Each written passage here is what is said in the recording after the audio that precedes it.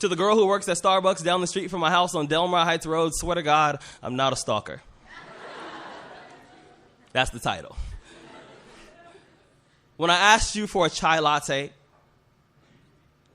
what I meant to say was, I was walking past, I saw you in the window. To be honest, I only came in here because I had to know what your voice sounded like. Instead of saying that, I got really nervous and ordered the first thing on the menu. I don't even know what chai is. Or a latte, for that matter. I imagine that when God made you, I bet he cussed for the first time. I bet he turned to an angel, gave him a high five, and said, God damn, I'm good. Or me damn, I'm good, because he's like God, right? I spent the last 5 days trying to figure out how I'm going to introduce myself to you properly. I finally figured it out. It's going to be something like, hi. That's all I got so far. But I think it's a good start. I'm going to be honest. It's not often that I find myself eager to write about love. In fact, every time I try to write about love, my hands cramp. Just to show me how painful love can be. Sometimes my pencils break just to prove to me that every now and then, love takes a little more work than you planned. I heard that love is blind, so I write all my poems in Braille. And my poems are never actually finished because true love is endless. I've always believed that real love is kind of like a supermodel before she's airbrushed. It's pure and imperfect, just the way that God intended. I'm going to be honest, I'm not much of a love poet. But if I was to wake up tomorrow morning and decide that I was going to write about love, my first poem, it would be about you. About how I love you the same way I learned how to ride a bike. Scared, but reckless, with no training wheels or elbow pads so my scars can tell the story of how I fell for you. I'm going to be honest, I'm not much of a love poet.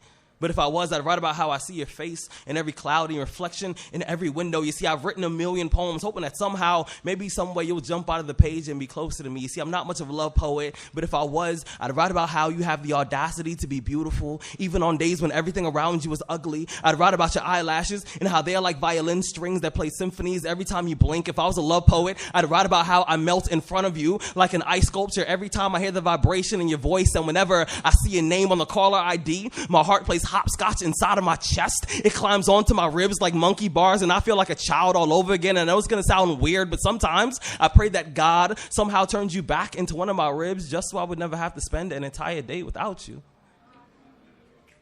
And I swear I'm usually not a love poet, but if I was to wake up tomorrow morning and decide that I was going to write about love, my first poem, it would be about you. And after all of that, she was like, but how do you feel about me? And I said, put it like this. I want to be your ex-boyfriend's stuntman. I want to do everything he never had the courage to do. Like trust you. See, last night I had a dream.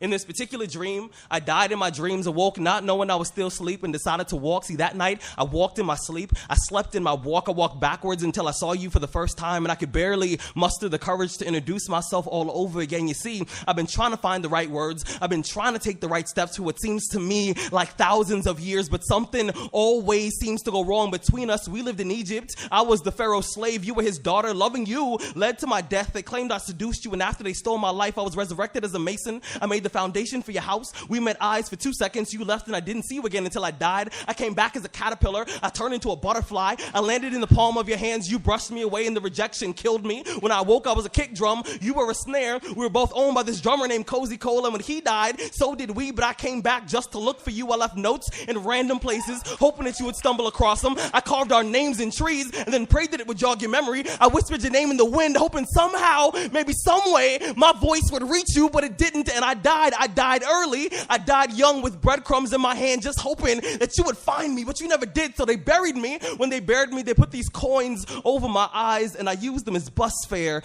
to get back to earth just so I could look for you. That's why That's why sometimes when we hold hands, every so often, I hold on a little too tight, and I'm sorry. I just don't want to lose you again. My mother told me, when you find the perfect woman, you got to do whatever it takes to make sure she stays next to you. Thank you.